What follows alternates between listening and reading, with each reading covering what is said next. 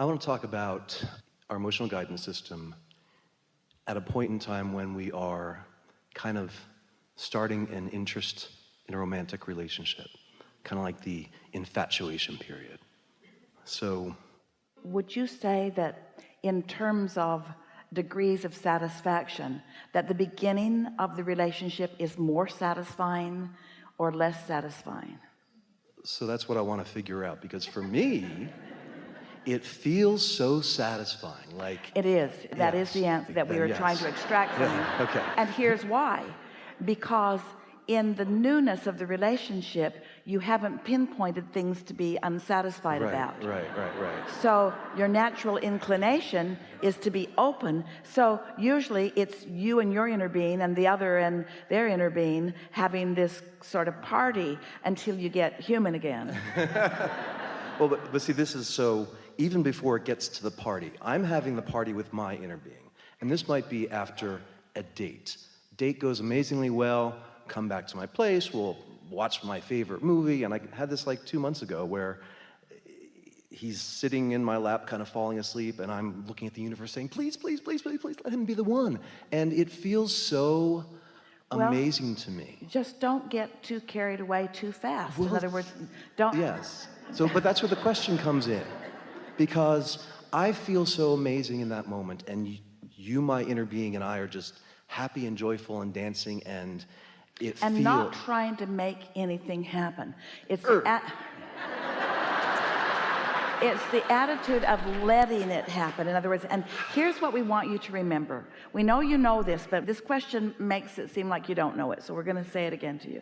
And that is that what you want has already been created, and it is done. And what you're saying, your words were accurate and intense and not that helpful. Please let this be the one, please let this be the one, please let this be the one, please let this be the one. And your inner being is thinking, even if it's the wrong one, you'd be saying that right now. Because your impatience to get to the manifestation is so strong that you're not allowing yourself to enjoy the satisfying journey.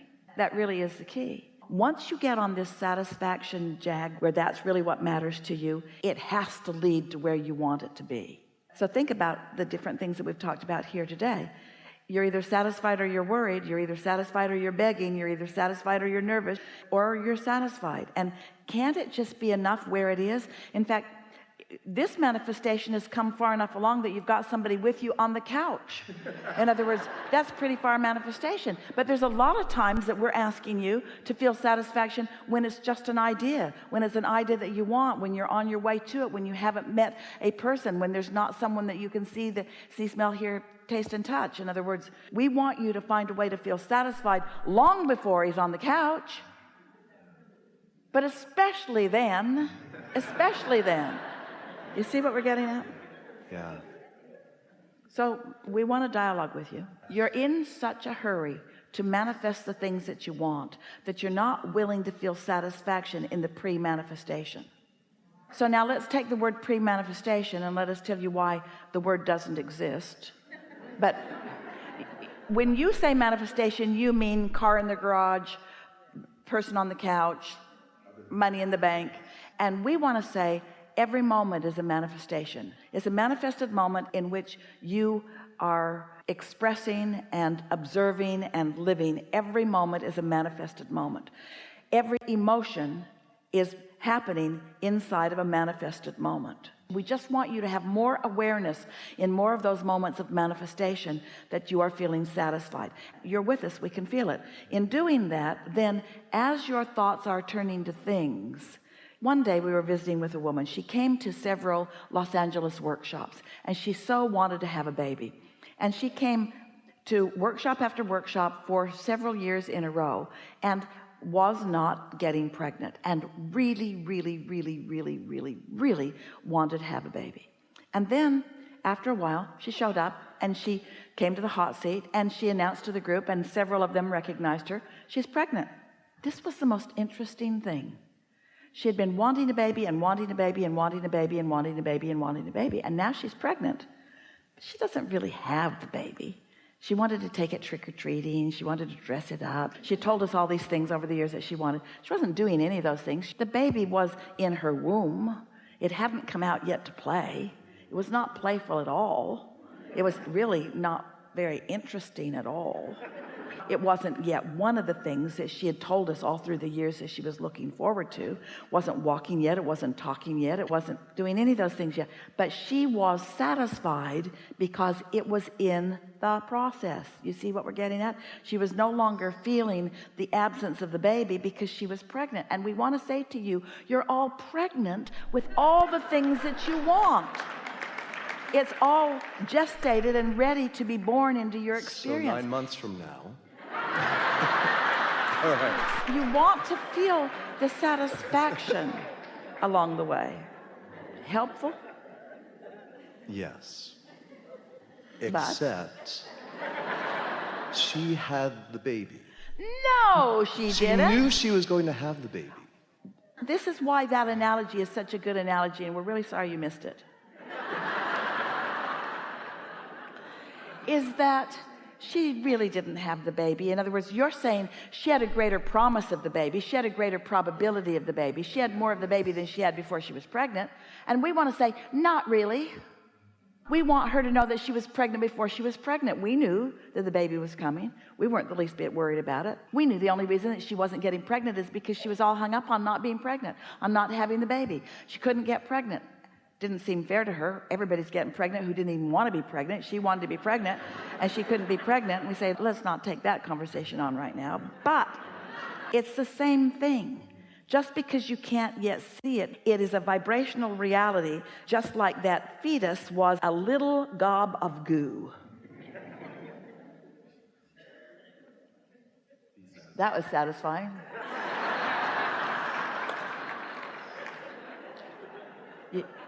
You have to believe in the process. It's like when you plant the corn, you don't go out the next day and stomp on the ground and say, come out. I'm so disappointed in you. I believed in you. I put you in the ground. I watered you. I tended you for 15 minutes. Come out. Come out. You understand that it is a process. And you believe in the process. You believe in the process so much that you don't feel dissatisfied all the days you don't have corn. Because you understand the process. So why is it so different with the things that you're wanting to create in your life experience? Because it's another human being who I can't create in his experience. I can't make him feel that power that I feel for the potential of us. But your inner being can guide you to the one who is there. You see, you have to understand that your inner being knows everything you want and where everything you want is in relationship with where you are, and is nonstop in every moment offering impulses and inclinations and thoughts to you to help you to follow the path of least resistance. Think about what the path of least resistance is. The path of least resistance is the path of most satisfaction. Humans don't seem to know that. You think the path of least resistance is where you can apply the most muscle and do the most manipulating of others. The path of least resistance is the path of most allowance, which is the same as the path of most satisfaction. So which is more satisfying? He's the one or he's not the one? Which is more satisfying? He's the one. Which is more satisfying? He may not be the one, but the one is on the way in any case. We know they both suck, but one of them is better. One of them is better. I will find what I'm looking for. I am finding what I'm looking for. I don't need to eat the corn today. No. Winter's coming. Just try to find thoughts that are more satisfying. You see, because what humans worry about when we talk to you like this, you think that we're trying to talk you into putting up with the absence of what you want, just sort of like our friend was speculating a few minutes ago, being satisfied and therefore nothing needs to change because I'm already satisfied. But you see, this source energy is not like your mother. Source energy really is wanting you to have everything that you want. The way that you get things from other humans often is you plead a really needy case.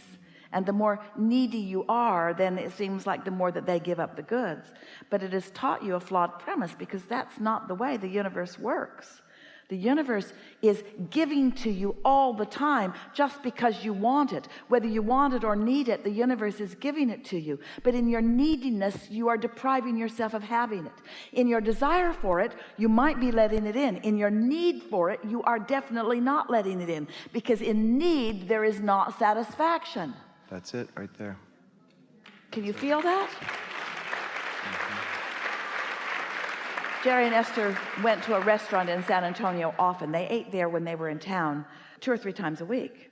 And in the restaurant, they liked these kids so much, and they always gave really good tips to whoever waited on them. And then they started noticing that they were sort of fighting over them, because they knew, and Jerry and Esther didn't really like that, and so they started requesting different sections so that they could sort of spread their tippingdom around the restaurant.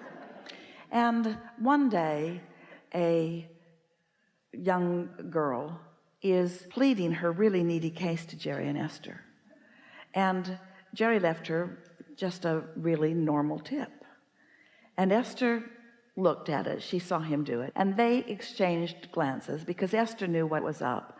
And Jerry said to Esther, she thinks that's the way it happens, but it isn't. In other words, she thought that if she really expressed her need for a big tip, that they would just fork it over. And what they knew was that that's not the way that she's going to get what she wants, and they were not going to be compliant to that needy game she was playing. And then later, much later, almost a year later, the same girl waited on them again, and Jerry played a game he liked often. If they really liked someone, sometimes they would say several times a month, once a month we pick our favorite waiter and we give him an especially big tip, $100, and you're our choice for this month, even though there was one almost every day somewhere. You're our choice for this month. And the young woman said, oh, you don't need to do that. And Jerry said, we never do anything we need to do. We only do what we want to do. That's really what we're wanting you to gather from all of this. The universe is so abundant with what it wants to give you, and it's being revealed to you all the time. But you've got to realize it. You've got to let it in, which means you've got to prepare your vibrational atmosphere. It's what you're doing before that moment. It's not what you're doing within that moment. So when you practice moment after moment of satisfaction, then the universe is just what it's been revealing and yielding to you, and you're realizing it feels to you like the universe is becoming more productive on your behalf. It isn't. You're just letting in the productivity that has already been lined up for you. Your vortex is pregnant with everything that you want. Thank you. Enough?